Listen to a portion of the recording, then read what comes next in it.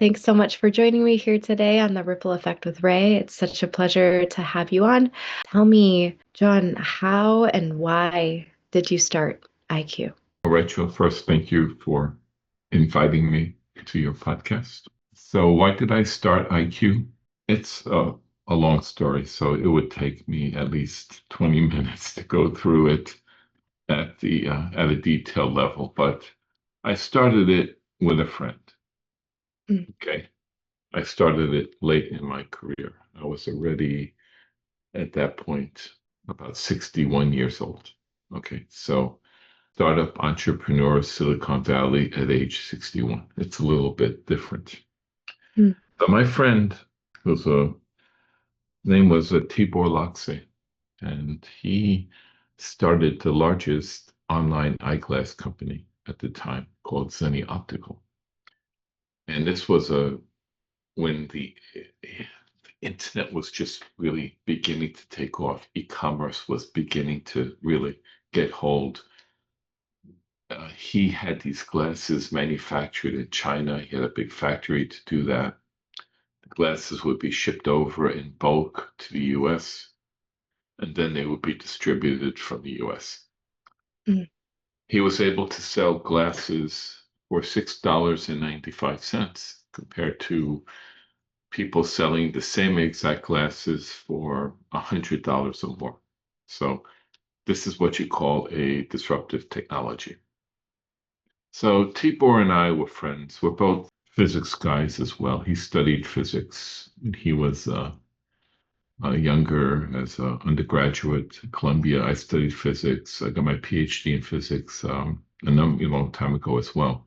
We were friends. We would talk about automation, about cosmology, about the state of physics, robotics, state of society, all the kind of things that nerdy people talk about. Okay, so we became friends. He one day approached me and said, "Well, I sell glasses online. Why can't I test vision online?" So we looked into it. We came up with someone who was actually doing something like that. We licensed a patent. It came out of MIT. We licensed it and we started the company. The company isn't a typical company in many ways. For example, a lot of startup companies, they start with angel investors, VCs. Well, I guess the investors was Tibor and myself. Tibor, 99% of it, myself, 1%. And we went on from there. So that's how the company formed. Why did I start it?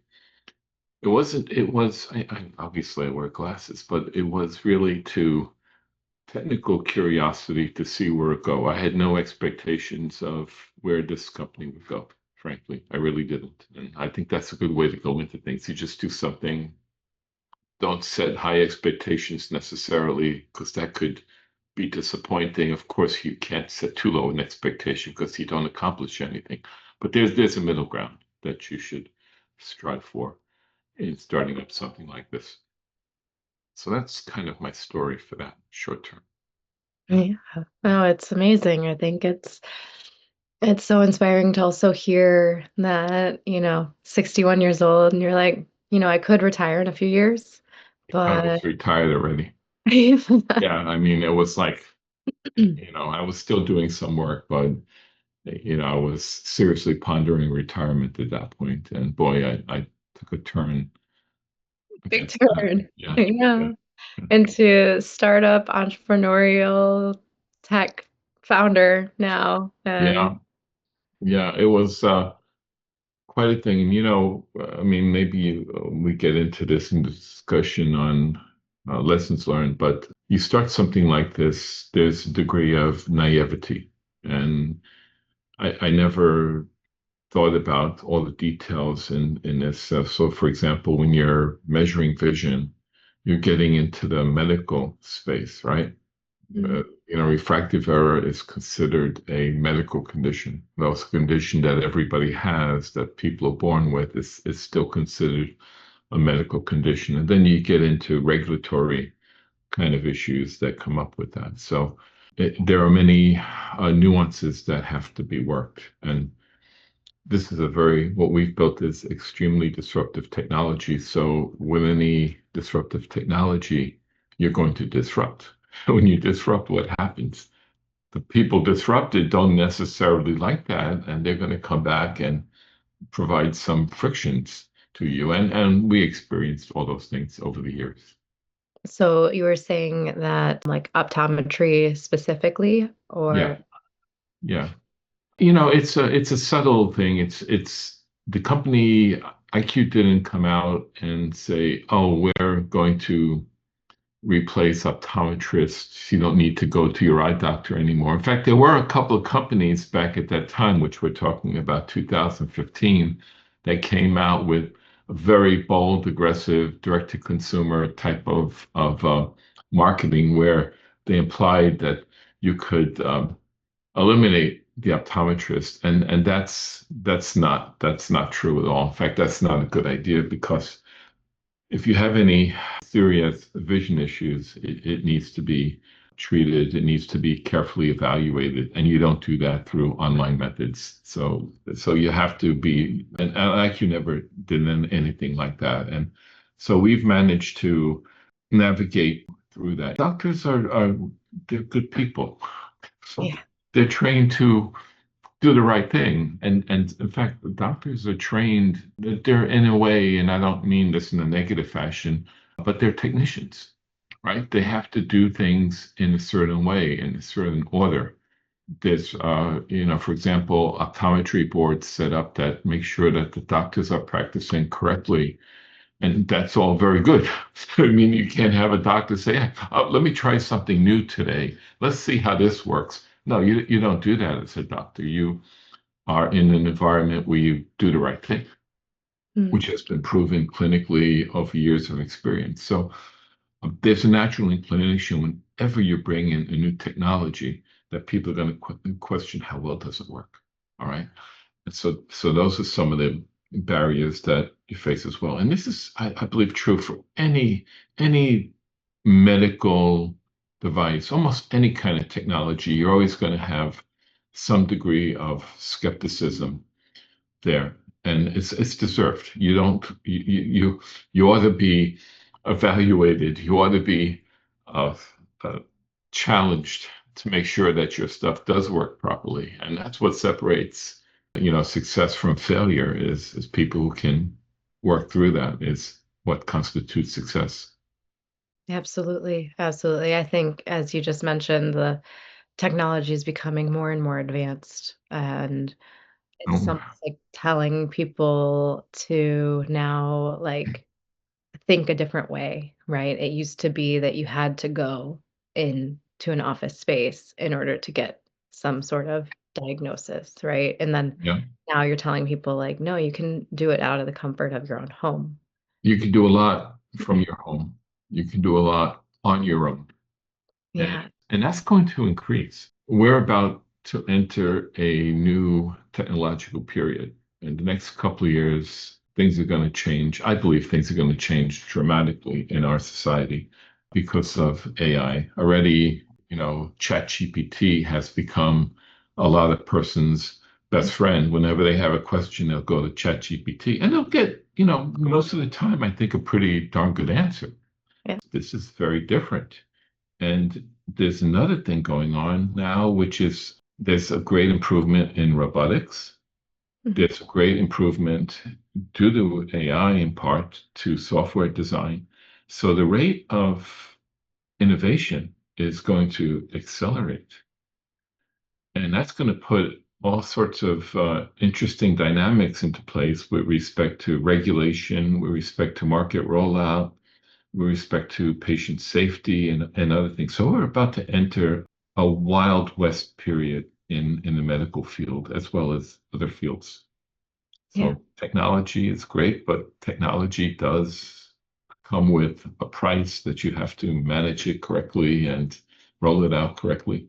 Absolutely. So how would you say in this, I would say, industry trend of like the boom in technology, the boom in AI, Yeah. how has it impacted your business or your growth Well, strategy?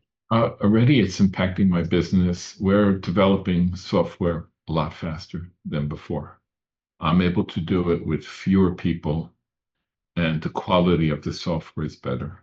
And part of that is we're going more and more towards just pure web applications rather than we use smartphones. So you can have a smartphone that uses a web kind of HTML protocol, so-called web app, versus a native app where you use the operating system that Apple provides or Mhm. is provided on Android phone. So we're going to web app, much faster development, much easier to maintain and to enhance the software. So we're seeing it just at that level.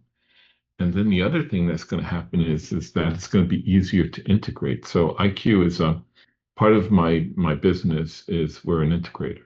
We connect up our we have a network, a cloud-based network, which 15, 20 years ago they were just starting, but now we have a nice secure cloud-based network that maintains records. They persist for a long time. They're easy for the patient to evaluate to secure. This again is the gradual impact of technology that is making a difference. So you can do these things now with less people, and it's going to get better. And then design tools will improve, so you can do more things. So there's going to be a big improvement overall in optometry and ophthalmology in just the generic routine evaluation that people do. It's going to get better and better, faster and faster, easier and easier to use. So it's a very bright prospect in this area. Absolutely. No, it's so interesting in the way and the trajectory that it's going. What would you say has been a little bit more maybe frustrating? It takes time. You have to be extremely patient for a business like this to grow. You have to develop a brand. Technology has got to be made easier and easier to use. So one of the challenges that a company like mine faces is you have to make the application really, really easy to use.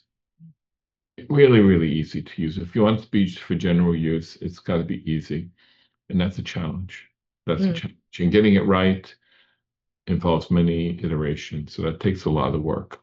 Frustration itself, I don't use that word really. It's like things will get there. You just have to be patient. optimistic and patient and just take, you have to roll with the punches to some extent as well.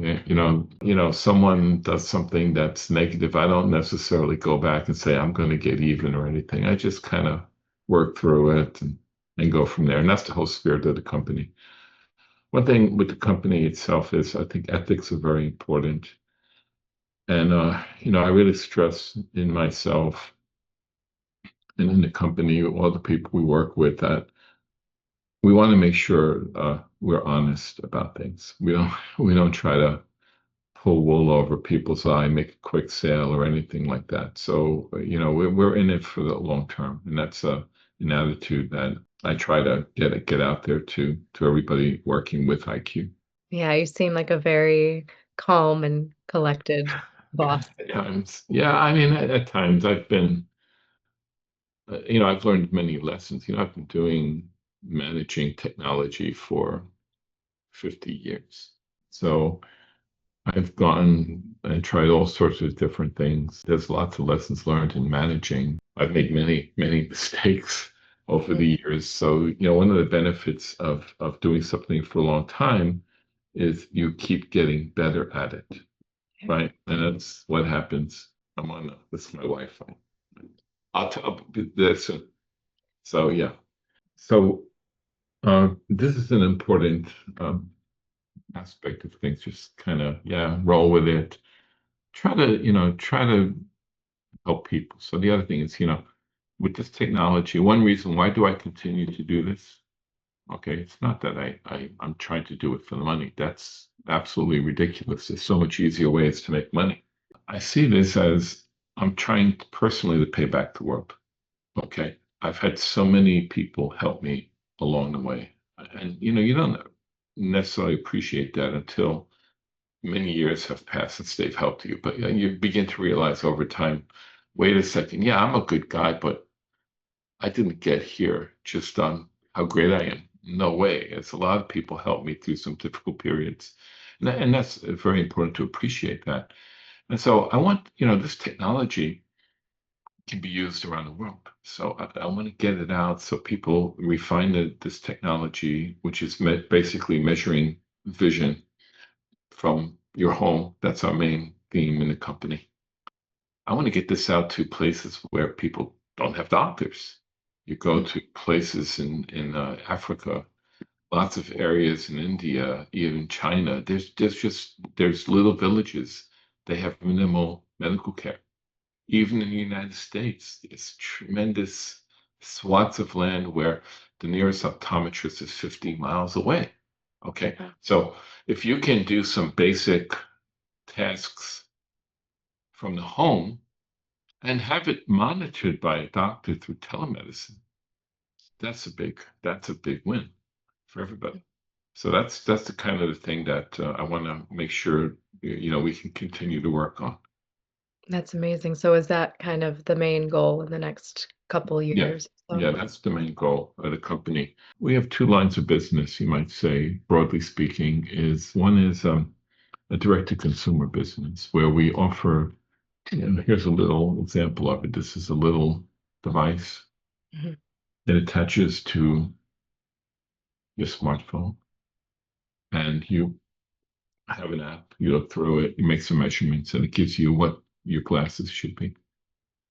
And what we do is we then get that sent over to a doctor. We also determine how well you see with this type of glasses that you have or would have. And it gets approved by a doctor. So you're actually getting a medical prescription online. That's a direct to consumer type of business with the endpoint being a doctor. The other one is we have businesses with optical stores. Mm. Many opticians can use our technology, and then the prescriptions can be created when the information is sent over to a doctor for approval. That's done on a state by state level, but we're setting that mechanism up as well. And it's a way to greatly reduce the cost, increase access to people. It's generally win-win around the board. So that's what we're doing. And that's incredible. It's such a interesting, or I would say almost revolutionary technology that you guys are implementing right now. Yeah, It's like the you, right you time. know, I agree with you. In some ways, it is revolutionary. It's really simple. Mhm. Great things tend to be simple things. Oh, many great things. So, the internet, the internet's based on a very simple technical protocol called TCP/IP. Back in the 80s, when the internet was starting up, people had come up with much more complicated versions of it, and they never went anywhere. But the simple version of TCP/IP became dominant, and then it improved and got better and better over time. And that's a simple idea that became something. This is what I'm trying to do here is with a simple idea, be able to create a very useful technology. And that's yeah, Yeah. I believe Yeah. it. And I can Yeah. see it, and it's already on its way. And Oh yeah. Yeah. uh, We have many users. We've tested. We've had over 50,000 people use this device I just showed you over time. We've done clinical trials and all that kind of stuff with it. Yeah. yeah, amazing. Well, where can people find you? How do Well, people? go to my website, iq.com, company website. That's a good starting place. The other one is you can reach out to me on LinkedIn. Mhm. Just look up John A. Serri, and there I am. So that's the best way. And I generally will respond to any kind of messaging I get on LinkedIn. I don't use much other social media.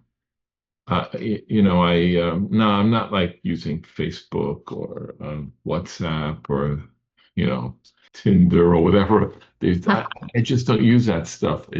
But I do use LinkedIn. I like LinkedIn. Although LinkedIn, I'm going off topic here. It's getting weirder and weirder with all this AI stuff being added, all these Oh yeah, videos. lots of bots out there nowadays. It's scary. Yeah. Yeah, this deep fake. So I've I've become a deep fake video detector, and when I point out when it's a fake video, I can usually figure Figure that it out pretty out. quickly. Yeah. Yeah. I want to leave our guests. I have one optometry joke that I have to just I'll throw your way. How many optometrists does it take to screw in a light bulb? One or two? One or two? Yeah, I get it. I appreciate that. I think one, but then maybe two. One or Yeah. two. So, thank you so much, John, for joining me here on the Ripple Effect with You're Ray. I welcome, very much Rachel. look Yeah. forward to hearing what our viewers or our listeners have to say about today's episode. Thank you again. Well, you're very welcome. Thank you.